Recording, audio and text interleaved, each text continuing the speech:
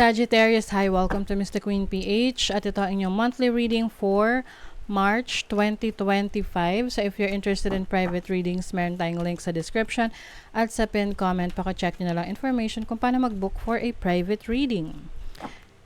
And please subscribe to our channel to show your support. Like, share this video at comment na rin kayo kung kayo ay naka-resonate. Okay, so let's see Sag, what's up ngayong March. You have the 12th house. You have Mercury in Taurus in the 12th house. Okay. 12th house is your spirituality. Maaring meron kang mga inaaral about your spiritual beliefs or aaralin ngayong March.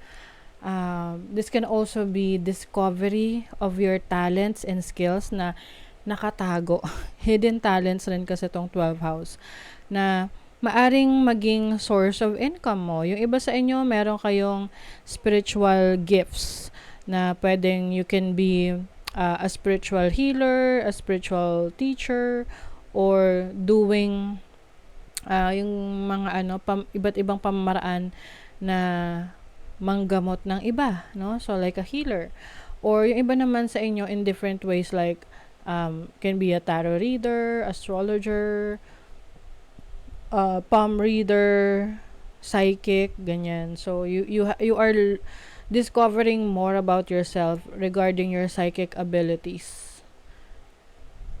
And I think isa ito sa mari-reveal sa'yo, especially if hindi ka pa aware dyan. Maaring may mga susubukan ka.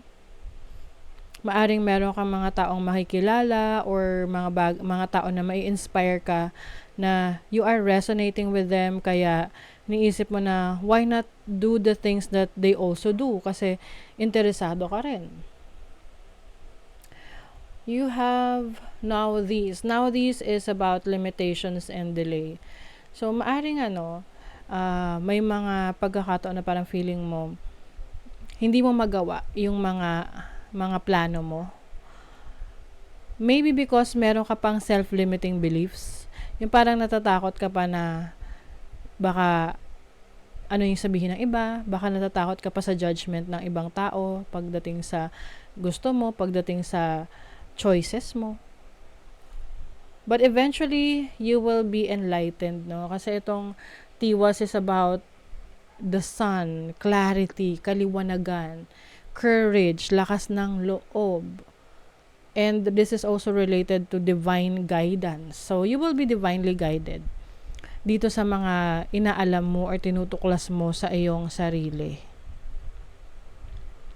You also have Fehu. Fehu is about prosperity, wealth, generosity.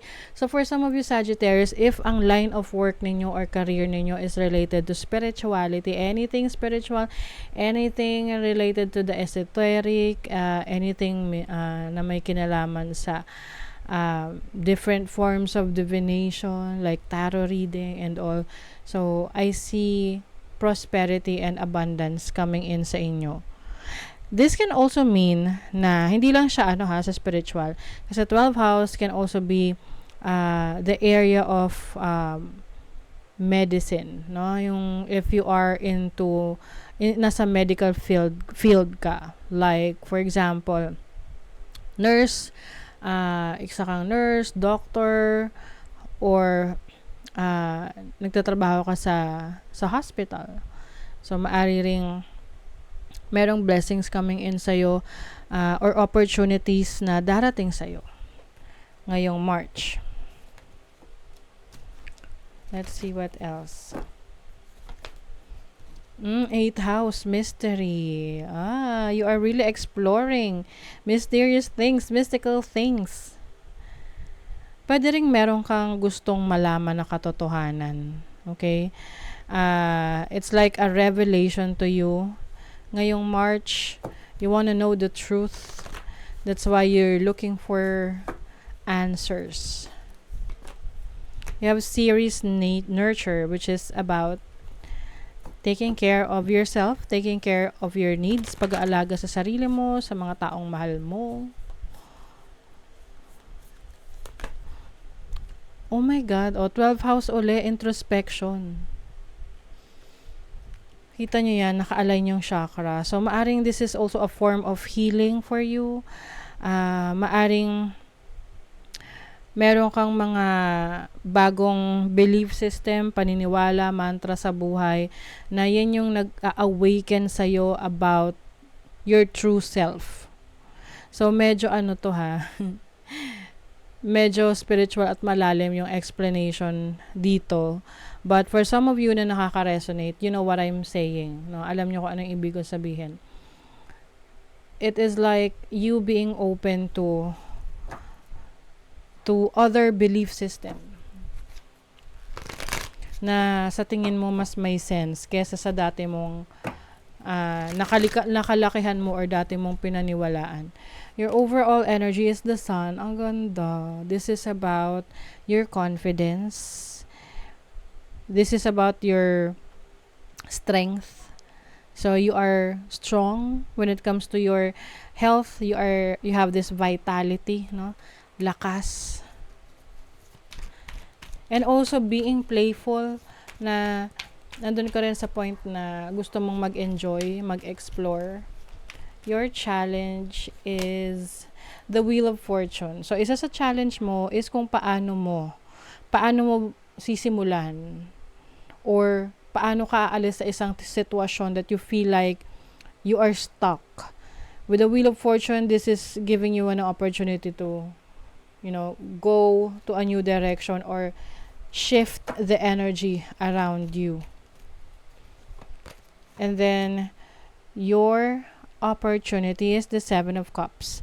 So, as an opportunity, maaring yung iba confused sa mga nalalaman nyo or parang, alam mo yung feeling na meron kang inaalam na bagong religion or pinag-aaralan. Di ba marami kang tanong? Confused ka kasi gusto mo naiintindihan mo yung sagot nila. So, it's like that. Ganong klaseng energy for you. You have the opportunity to know the truth and mawala yung confusion mo sa sarili mo. And then, your focus is the Ten of Wands. Focus mo rin yung mga responsibilities na meron ka. I also see you focusing on how to lighten up your burden. Kasi yung iba, maaring maraming responsibilities sa inyo na gusto nyo rin na mabawasan yung burden niya yan. At gagawa kayo ng paraan para mas gumaan yung mga responsibilidad na meron kayo.